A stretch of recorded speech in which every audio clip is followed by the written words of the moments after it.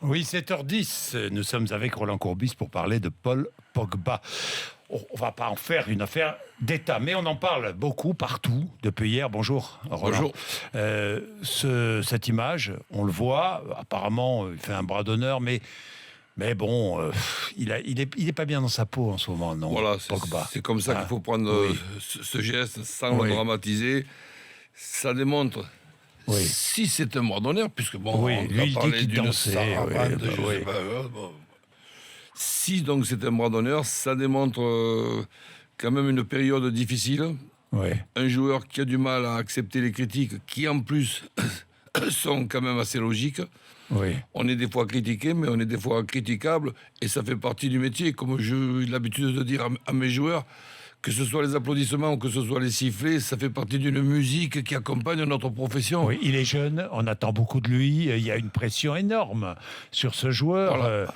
Qu'on a transformé très vite en star. Je crois qu'il analyse, excuse-moi, je crois qu'il analyse mal la situation. Si justement il est critiqué, parce qu'il est critiquable, c'est qu'on attend beaucoup plus de lui. Oui. Donc, mais il le sait, ça. Voilà, il donc le sait. Il ne doit pas être satisfait, il n'est pas satisfait de son niveau. Voilà, exactement. Alors maintenant, allez, comme on vient de le dire, fermons la parenthèse. Et espérons aussi que ça ne le perturbe pas trop, ces critiques. Et maintenant qu'il a dérapé, que ce dérapage ne le perturbe pas et qu'il puisse revenir dans cet Euro, le joueur qu'on attend. Pour le moment, le joueur qu'on attend, on l'attend. On l'attend, oui. Roland, qu'est-ce que vous feriez, vous ? Vous, entraîneur, vous prenez le joueur en tête-à-tête et vous...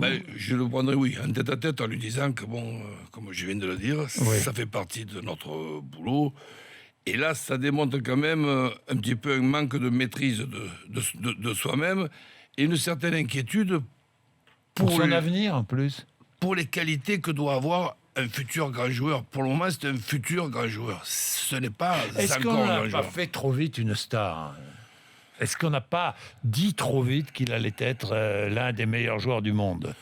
Possible, mais de l'autre côté, il en Parce que, bon, c'est vrai qu'il a fait une bonne saison à la Juventus, mais bon, il a fait une bonne saison.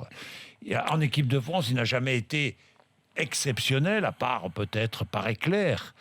Mais c'est ça, justement. C'est que, bon, on espère, on voit des qualités qui doivent lui permettre d'être un futur grand joueur, mais comme je dis, pour le moment, c'est un futur grand joueur. Et donc, et un futur grand joueur...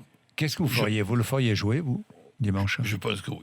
Oui, justement. Oui, justement, pour justement... évacuer un peu tout ça, Oui, et ne pas me retrouver dans la situation d'un joueur qui rentre en cours de match... Et qui peut-être en rentrant va avoir certains sifflets. Et qui veut en faire trop en plus, peut-être. Voilà, donc je passe. Vous le feriez jouer, vous ? Mais ça ne veut pas dire que c'est la bonne solution, ça serait la mienne.